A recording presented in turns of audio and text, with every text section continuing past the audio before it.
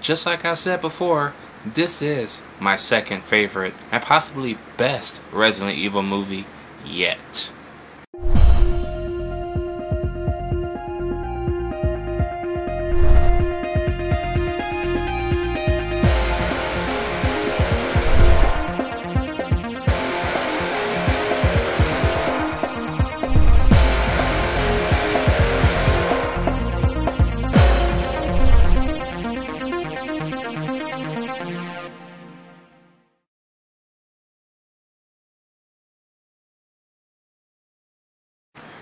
Resident Evil Afterlife.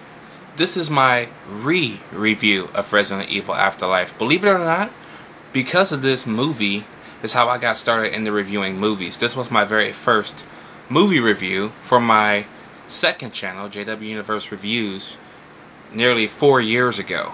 Well, it has been 4 years ago, basically. And that was the kickstart of me reviewing movies. But it wasn't just me sitting here like I am now. It was me with my camera pointed at my desktop with the Afterlife background poster on it. Yeah, that's how I did my reviews back then. Ain't it old school? So if you want to see that classic review, you can go to my JW Universe Reviews channel if you're not subscribed to it already. I don't do videos over there anymore, but still, it's still up there if you want to see some classic reviews over there. But anyway, this is my personal favorite Resident Evil movie.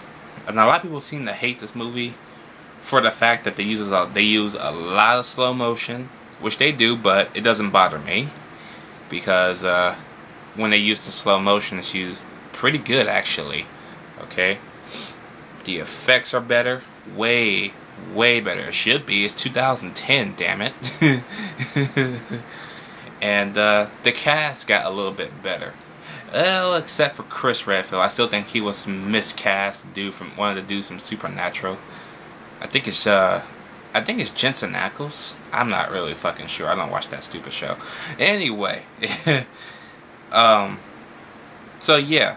So basically, the plot about this movie is Alice is searching and getting ready to rescue the remaining cast from Resident Evil Extinction.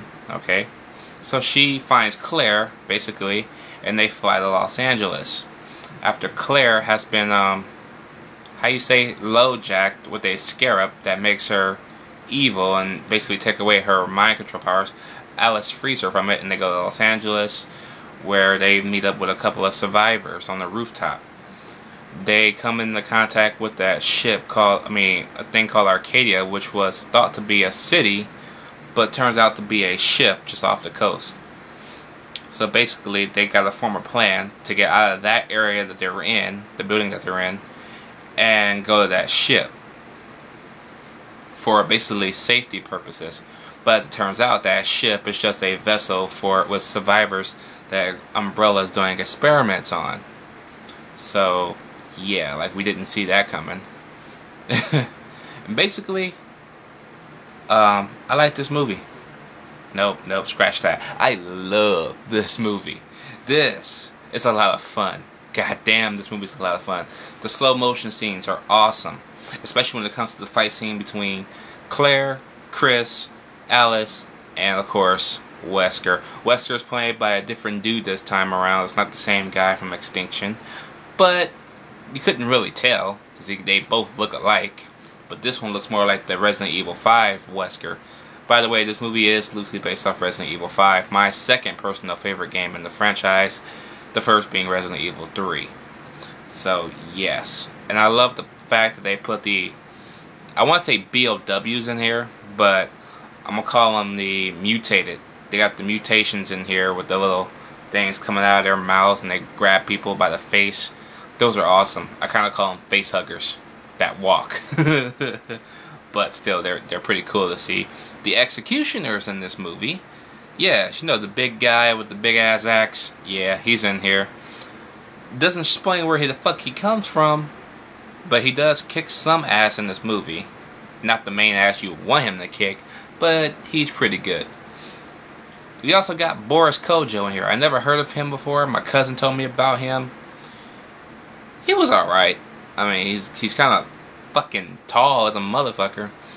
And I'm surprised Paul W.S. Anderson wrote his wife in here basically trying to hit on him. I'm like, dude, you really want your wife to hit on that big, tall motherfucker? Have you seen him? Seriously, I wouldn't even write my fucking fiance like that. Hell to the no.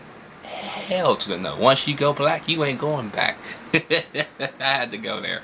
Because Boris Kodjoe, man, come on. I wish I had his looks. Anyway. Anyway. They soon discover Kmart's on the ship, so they try and rescue her and other survivors, of course. Which leads to the second most awesome scene ever. The scene where all the umbrella people are coming down their little... I don't know what it's called, but I call it a chopper plane. It turns into a helicopter at one point, then the things go down and it forms a plane. It's kind of awesome.